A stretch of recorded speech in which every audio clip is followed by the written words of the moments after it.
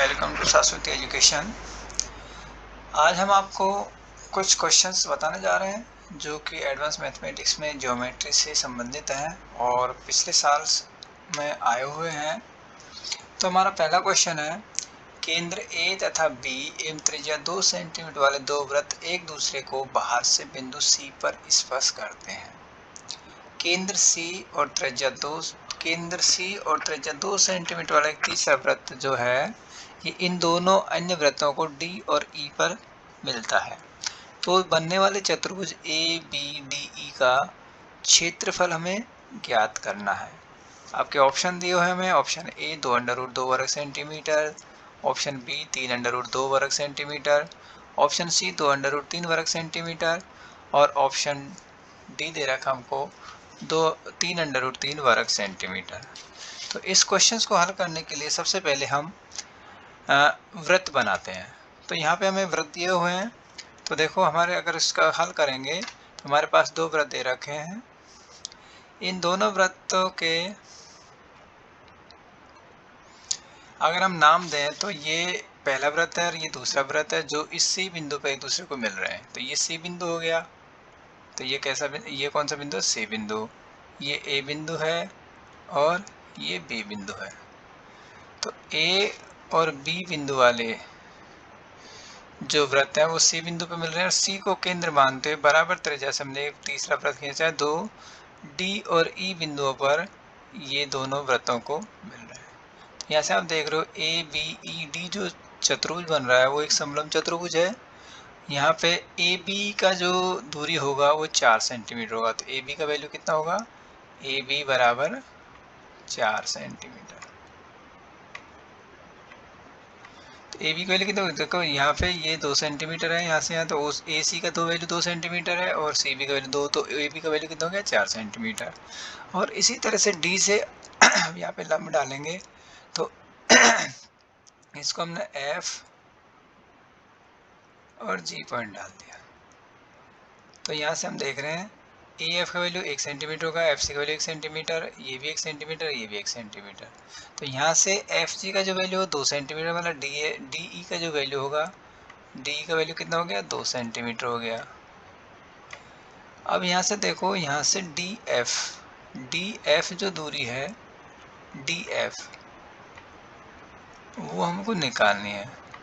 तो D F का जो वैल्यू होगा, अब हम यहाँ से अगर टी बिंदु से इसको मिलाएंगे सी को, तो ये भी इस वृत्त की त्रिज्या है।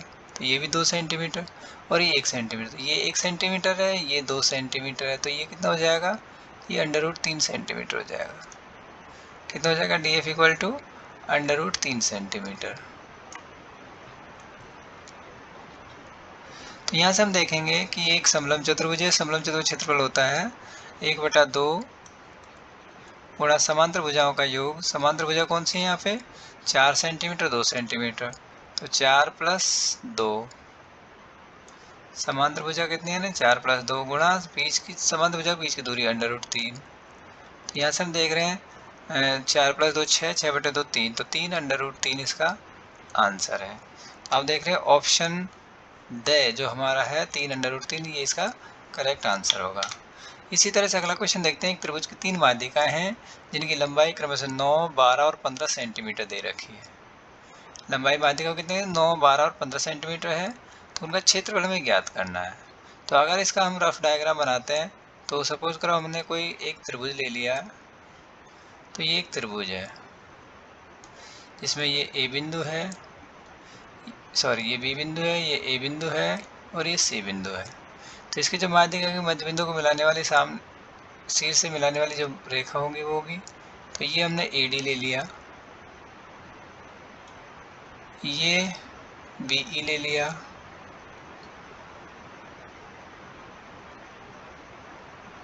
और ये सी एफ ले लिया। सी का मतलब ये जो लाइन है वो सी एफ ले लिया हमने, ठीक है। तो ये सी एफ हो जाएगा, ये बी ई और ये ए डी।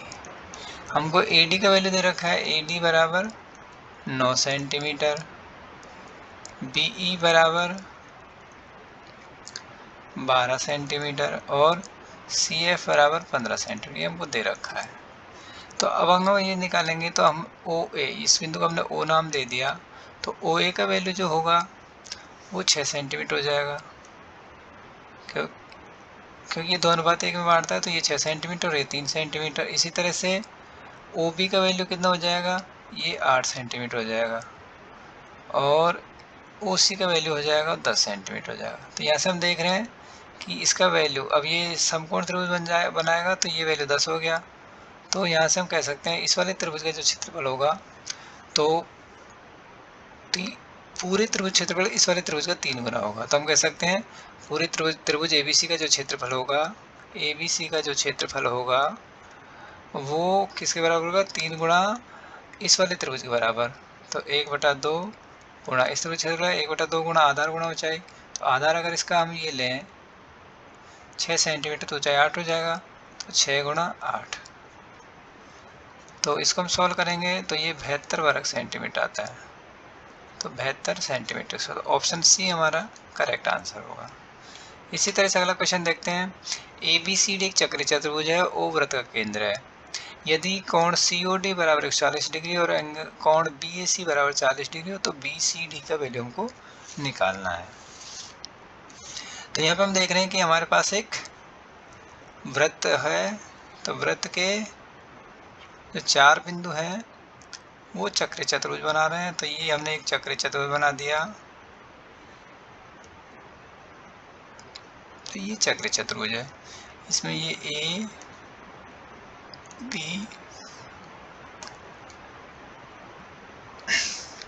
C और D बिंदु है। तो ABCD जो बिंदु हैं उनसे हमने जो केंद्र बनने वाला कोण है, तो हमने A को C से मिला दिया। अगर हम A को C से मिलाएंगे तो इस तरह से मिलेगा।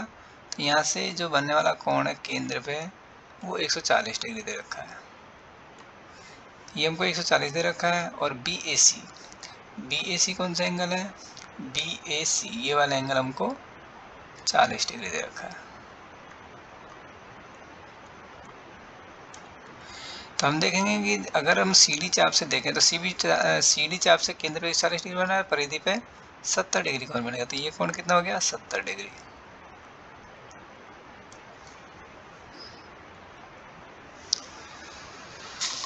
तो अब हमको निकालना है कोण BCD का मान। कोण BCD कौन सा है, ये वाला एंगल, हमको इस वाले एंगल का मान निकालना है। तो अब हम यहाँ पे देखते हैं कि कोण COD बराबर 140 डिग्री है, तो उससे CAD 70 डिग्री हो जाएगा, CAD 70 डिग्री हो जाएगा। और कोण DAB होगा, कोण DAB मतलब ये वाला जो कोण है वो 110 डिग्री हो जाएगा। तो कोण DAB आप कह सकते हो कोण DAB equal to 70 degree plus 40 degree. तो 70 डिग्री प्लस 40 डिग्री, तो 110 डिग्री हो गए। तो यहाँ से कह सकते हैं कोण DAB 70 डिग्री है। तो कोण BCD हमको निकालना है। तो कोण BCD बराबर 180 डिग्री माइनस 110 डिग्री हो जाएगा, तो बराबर 70 डिग्री हमारा आंसर आ जाएगा। क्योंकि चक्र चतुर्भुज सम्मुख कोणों का योग 180 डिग्री होता है, तो यहाँ पे सम्मुख कोणों का योग हम देखेंगे तो 180 डिग्री आना चाहिए। तो यहाँ से 180 में से हम 110 घटा देंगे तो कितना आ जाएगा, 70 डिग्री। तो हमारा बी ऑप्शन करेक्ट होगा। इसी तरह से अगला क्वेश्चन अगर हम देखते हैं, यदि एक आयताकार समांतर षटफलक की 2 आसन भुजाएं 1 सेंटीमीटर तथा 2 सेंटीमीटर हैं और समांतर षटफलक का कुल पृष्ठीय क्षेत्रफल 22 सेंटीमीटर स्क्वायर है, तो समांतर षटफलक का विकर्ण हमको ज्ञात करना है। तो हमको पता है कि समांतर षटफलक का जो क्षेत्रफल होता है, तो यहाँ पे अगर हम लंबाई L बराबर 2 सेंटीमीटर मान लें, L कितना है 2 सेंटीमीटर, और B बराबर हमने 1 सेंटीमीटर मान लिया, और ऊंचाई H बराबर हम x मान लें, तो इसका जो क्षेत्रफल होगा, तो क्षेत्रफल हो जाएगा एरिया बराबर 2 times LB plus 2 times BH plus 2 times HL बराबर हमको 22 दे रखा है।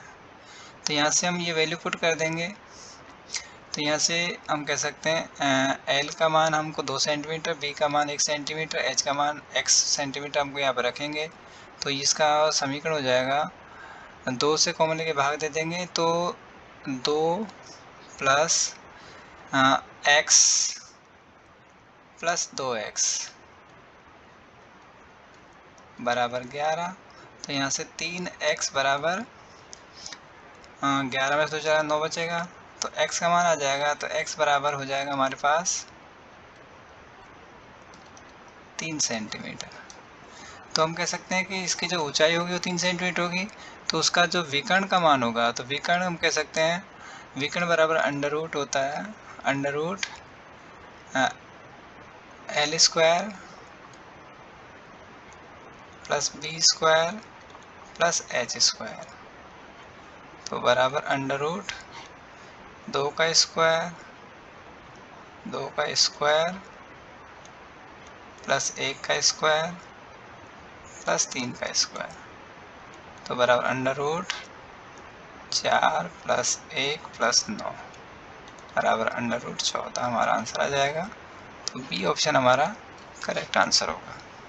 इस अगला क्वेश्चन देखते हैं कि गोलाकार गुब्बारा जिसकी त्रिज्या r है भूमि पर खड़े प्रेक्षक की आंख पर अल्फा कोण बनाता है।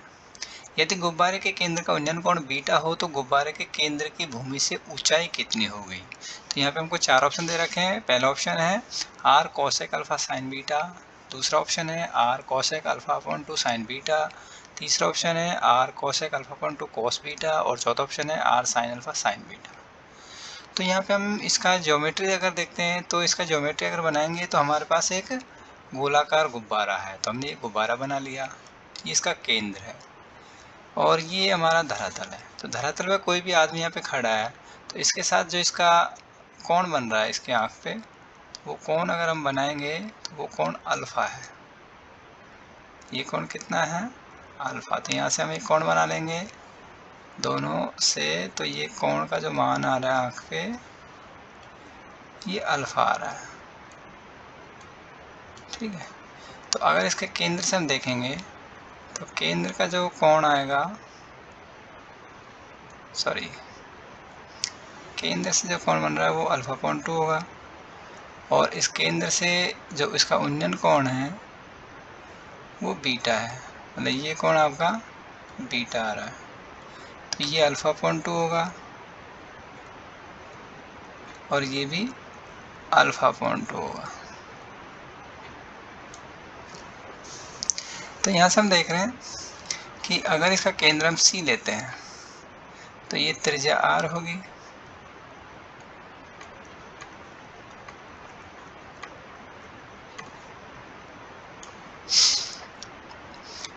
तो यहाँ से ये जो पॉइंट A है और ये पॉइंट B है तो हमको BC की लंबाई निकालनी है। तो हम देखेंगे यहाँ पे जो त्रिभुज बन रहे हैं त्रिभुज AEC में, तो हम इन बिंदुओं को, इसको हमने E बिंदु ले लिया और इसको हमने D बिंदु ले लिया। तो त्रिभुज अगर हम AEC की बात करते हैं तो त्रिभुज AEC में अगर कोसेक अल्फा अपॉन 2 का वैल्यू देखते हैं तो कोसेक अल्फा अपॉन 2 का जो वैल्यू है वो आ जाएगा CA upon C, CA upon C। तो यहाँ से हम CA का वैल्यू निकाल सकते हैं, CA इक्वल टू CE। अब जो CE का वैल्यू है वो R है तो CA इक्वल टू CE को हम R लिख देंगे तो R into cosec alpha upon 2। इसी तरह से त्रिभुज ABC में देखेंगे, त्रिभुज ABC में हम देखेंगे तो साइन बीटा का जो मान है तो sine beta equal to BC upon AC आता है। तो यहाँ से हम कहेंगे BC जो हमको निकालना है तो BC equal to AC sine beta और AC का वैल्यू हमने निकाला R cosec alpha, this equal to R cosec alpha upon 2 into sine beta. तो ये हमारा BC का मान आ जाएगा, मतलब हमारा जो गुब्बारे का जो केंद्र है उसकी भूमि से ऊंचाई आ जाएगी। तो यहाँ से हम देखेंगे ऑप्शन बी हमारा करेक्ट आंसर है। तो आई थिंक ये आपको पसंद आया होगा और आप हमारे चैनल को सब्सक्राइब करें और इसे अपने अधिक से अधिक दोस्तों को शेयर करें। धन्यवाद।